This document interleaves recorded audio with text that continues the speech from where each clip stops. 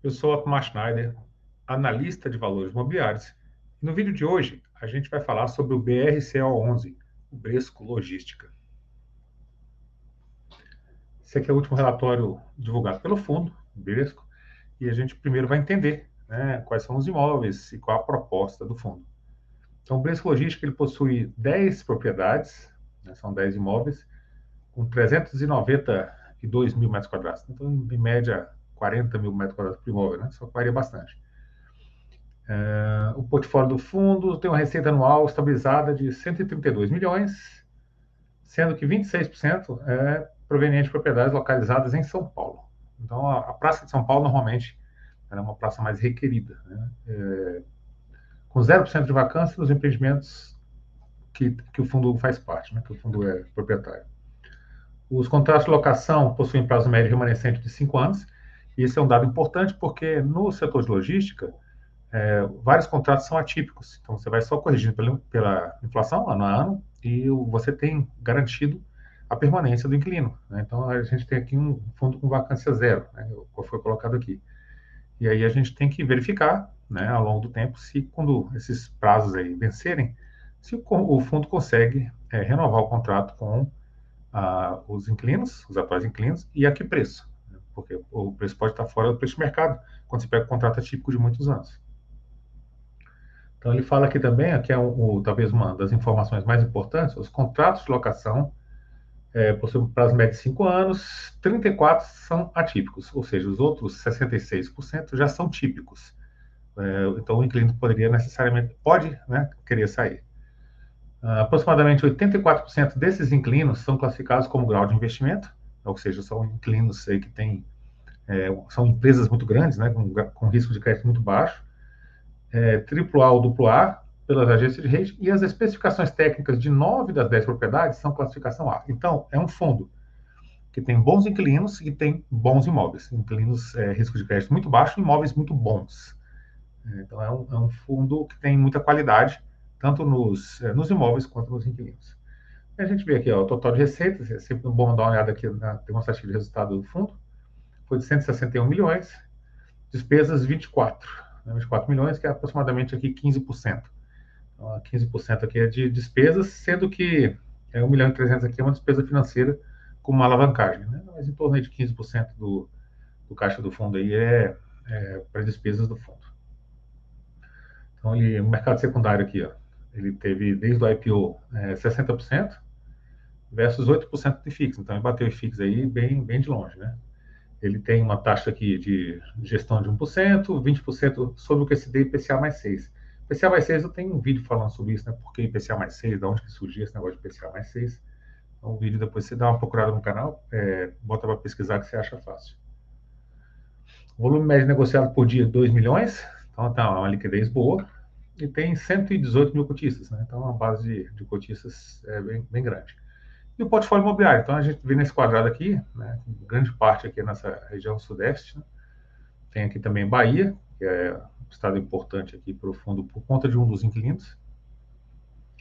E sem distribuição, propriedades leste mais são 68%, os outros centros de distribuição 32%, metade aqui está em São Paulo, Bahia tem 16% e Minas tem outro 16%. Então, em Minas e Bahia, ele tem dois inquilinos que são bem, bem fortes e que fazem, que são uma contribuição muito grande para a questão do fundo, né? Então, a gente vai ver quem são esses inquilinos, em que imóveis que eles estão e quanto tempo que falta para o vencimento do contrato desses imóveis. Carteira de clientes, aí é só Grupo Pão de Açúcar, Magazine Luiza, Natura, Mercado Livre, Brasília Food, BRF, né? Americanas, Carrefour, então são empresas aqui bastante grandes já. A Americanas deu aquele probleminha que a gente viu aí, né? Que está querendo recuperação judicial, aquela coisa toda. A exposição do fundo para Americanas não traz impacto aí na questão do caixa, né? Americanas está aqui, ó, em torno de 4% aqui, o impacto é bem, bem pequeno, ele conseguiu, está sem vacância, ou seja, Americanas está com a negociação. A receita aqui é analisada e a gente vê aqui a questão do cliente. Então, os dois clientes mais importantes aqui, ó, Mercado Livre, né, com 16%, Natura, com 15%. Né? E em que imóvel que eles estão aqui, ó, né? A gente vê aqui, ó, Bresco Bahia, e Bradesco Contagem. E ambos, né, tanto Contagem quanto Bahia, eles, eles são fora de São Paulo, né? A gente tem que ver qual que é a qualidade, né, desses imóveis e quanto que termina, né, o prazo deles.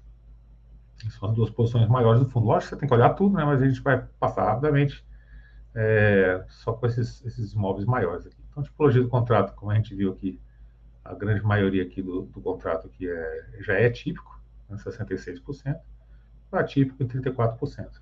PCA, maioria aqui PCA, correção dos contratos de aluguel do fundo. E a gente tem aqui a composição acionária, né? 60% dos cotistas são pessoa física, 19% institucionais. E muitos dos institucionais são fundos de fundos, né? Então, eles também são feitos por pessoa física, digamos assim, né? Tem uma alavancagem aqui, em torno de 1,4% do patrimônio do fundo. O custo de PCA mais 6,5%, que é pouca coisa acima da NTNB, então o custo ok, né? O custo não é muito elevado. Aí a gente tem o portfólio do fundo e aí tem algumas características, né, que você olha no setor de galpões, né? Quais são essas características? Primeiro é o pé direito. Então, o pé direito é a altura, né, que ele tem do piso até a cobertura, que é essa altura livre para estocagem. Então, quanto mais alto, melhor, né? Então, esse fundo aqui, por exemplo, ele tem 13 metros de altura. A capacidade do piso, né? Então, em torno aqui de 6 toneladas por metro quadrado são galpões já que tem uma qualidade boa, né? Aguenta bastante peso. Então, normalmente os melhores galpões têm essa especificação aqui, acima de 6 toneladas por metro quadrado. Docas, né? Quanto maior o número de docas, melhor. Docas são aqueles locais que você chega com o caminhão, você estaciona o caminhão de ré, abre o baú e ele fica nivelado ali junto com o piso do galpão, né? Então você abre, são várias docas, o funcionário ele entra ali para carregar o caminhão muito mais rápido. É melhor do que você colocar o caminhão, você ter que descer e subir mercadoria, né? Não fica prático. Então, quando ele tem docas, e quanto mais docas ele tem, melhor. O caminhão para de ré ali, já está nivelado com o piso do galpão, e é rápido para você carregar ou descarregar. E nivelada laser. Então, nivelada laser é quando aquele galpão é realmente bem retinho, bem plano. Então, você tem estruturas muito altas, aquela coisa toda que qualquer desnível no piso pode ser prejudicial. Então, nivelada laser são as melhores características. Aí a gente vê aqui esses outros galpões, né? Por exemplo, São Paulo aqui está entre 8 e 10 metros, a altura é menor, tem 6 toneladas, mas aqui tem 20 docas, né? Também nivelada laser. Então, a gente vê que a maioria aqui é tudo nivelada laser, com pelo menos 6 toneladas por metro quadrado. E os pé direito alto, normalmente são altos, acima de 12 metros, né? Que é o mais interessante, tem vários, né? E aqui embaixo tem aqui o Bradesco Contagem.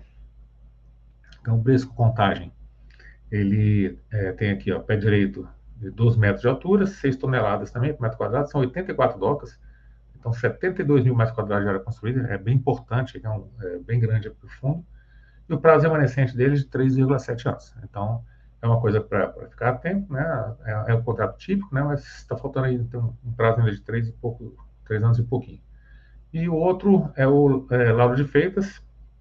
Esse aqui lá está com o Mercado Livre. Então falta 2,4 anos também, um contrato típico. Só que a especificação também, ó, 12 metros de altura, 6 toneladas por metro quadrado, 120 docas, né? Então é muito grande e muitas docas, também nivelada laser. Então, esses são principalmente os imóveis do fundo. No Bradesco Bahia Lauro de Freitas aqui, a operação também é bem grande. Então, quando você tem, por exemplo, a Bahia, né, tem muito menos galpão do que em São Paulo, que é de uma forma geral. Então, quando você está posicionado estrategicamente em um determinado local e que você faz essa distribuição e você tem um galpão de muita alta qualidade, né, que não é fácil de você achar, né, o inquilino normalmente, né, muito provavelmente, ele vai querer renovar o contrato. E aqui eu fiz uma comparação entre diversos fundos, né? Eu peguei vários fundos de logística, alguns fundos, né? Fundos grandes também, de gestoras aí que tem um renome no mercado. Então, o XP Logística, o Bradesco, o HGLG, o LVBI, o RBR Logística, né? Fiz vários aqui e coloquei uma comparação aqui para ser feito. Como é que foi essa questão do desempenho do fundo? Esse aqui não é uma análise definitiva, né? Esse aqui só pega o período que todos os fundos estavam abertos já. Então, só tem 3 anos aqui de história, de abril de 2020 até hoje, né? Então, a gente vê essa questão do desempenho, né, de todos os fundos. Qual foi o que caiu mais aqui, ó, em 2021, né? Então, a gente teve o maior drawdown foi o Bradesco Logística, né? Qual que foi o menos volátil aqui nesse período aqui, ó, 2020 aqui já estava subindo, já foi logo depois da pandemia que pegou todo mundo subindo, né? Ele pegou todo mundo subindo aqui, né?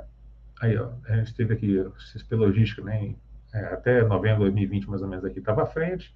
E hoje em dia, né, o retorno total, a gente vê ali que o LVBI ficou com 43% nos últimos 2020 para cá, 3 anos, né?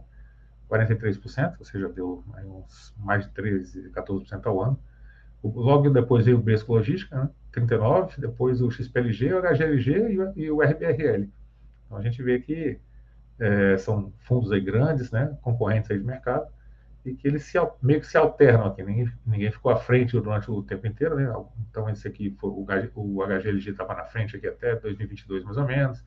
Depois aqui no final, essa subida aqui, aí os outros fundos passaram. Então depende muito, né, do momento de mercado.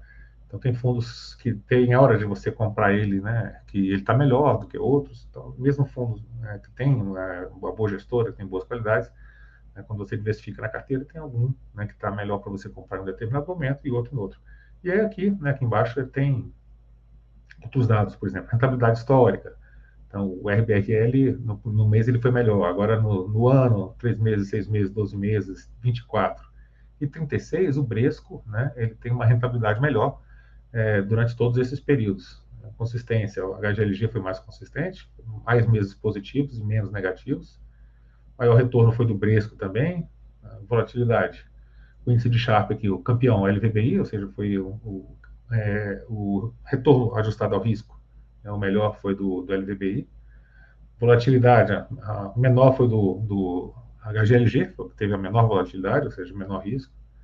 Então a gente vê aí várias informações interessantes, né, quando a gente faz a comparação desses fundos, né? Então, durante períodos, né, você vê que eles se alternaram, então até determinado período tal fundo foi melhor, pegar o período todo, aí outro fundo foi melhor. Então, varia bastante o preço desses ativos no mercado, e esse retorno total é o dividendo distribuído mais o preço da cota. Então, às vezes o preço da cota de um determinado fundo sobe mais do que de outro, então ele tem um resultado melhor, aí daqui a pouco ele cai, o outro passa. Então, quando você tem uma carteira, né, diversificada, você tem vários FIIs, por exemplo, eu fiz um vídeo aqui falando sobre como é que você monta uma carteira de fundo imobiliário. Aí eu sugeri, digamos, uns 5 setores, aí uns 20 fundos imobiliários, você teria 4 fundos imobiliários em cada setor. Se tiver 10 fundos imobiliários, teria 2 em cada setor. Então, em determinados momentos, você tem, digamos, uma carteira com 10 ativos. No setor de logística, você tem 2 fundos que você elegeu, que você gosta, né? Então, você vai ter momentos que vai estar melhor para você comprar um, tem outros momentos que vai estar melhor para você comprar outro fundo. E você vai alternando isso, né? Então, você faz sempre a melhor compra dentro daquele período. Então, isso ajuda tanto a diversificação na carteira, quanto você fazer melhores compras para você ter um retorno total também superior no longo prazo. Então, era isso que a gente tinha para o vídeo de hoje, apresentar o Bradesco Logística, falar da rentabilidade do fundo, ver os contratos dele, né, quais são os imóveis que são mais importantes, qualidade dos inquilinos, qual que está os contratos que estão para vencer, que a gente tem que ficar ligado a quanto tempo que falta para isso acontecer, uma comparação, né, breve ali entre diversos ativos aí também do setor de logística. É isso que a gente tinha para o vídeo de hoje. Espero que vocês tenham gostado do vídeo. Se gostou, deixa seu like, né? Escreve aqui embaixo aí, deixa um comentário pra gente, se inscreve no canal, compartilha o vídeo com aquele amigo que você acha que também investe e pode, né, gostar desse material, né? E é isso que a gente tinha para o vídeo de hoje. Não se esqueça que a gente tem nossas carteiras recomendadas, o link fica aqui embaixo também, né, do vídeo, tanto de fundo imobiliário quanto de FIP e de FINFRA. É isso que a gente tinha para hoje, e até o nosso próximo vídeo.